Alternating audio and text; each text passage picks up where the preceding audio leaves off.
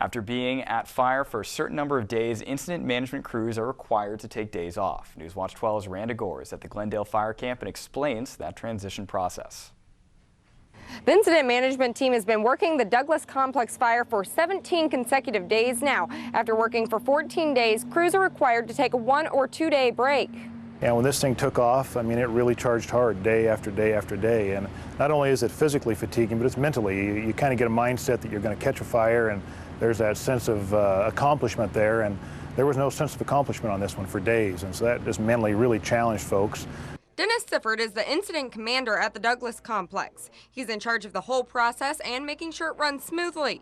He says the first 7 days on the job are the worst. Mentally, you're trying to get your head around what's going on and what it is, and physically, you know, you're putting in some hours, and you get tired. He says he gets 5 to 8 hours of sleep a night in a tent, but he recently got to go home and sleep in his own bed for 2 nights thanks to his company's rest and recovery policy. I'm feeling really good.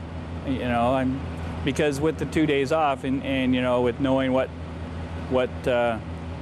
is needed here, you know, the mental stress is reduced, and so the fatigue factor is stressed, and I'm in the game and ready to continue on. To make sure no job position goes unfilled, other crew members are being rotated in.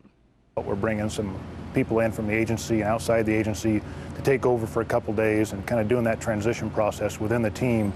To give them a couple days rest, and then we'll bring them right back into place, and they'll pretty much finish up this incident. On average, an incident command team is sent out to a fire for 7 to 12 days. They've already been here at the Douglas Complex for 17 days and say they could be here for up to 28. In Glendale, Randa Gore, Newswatch 12.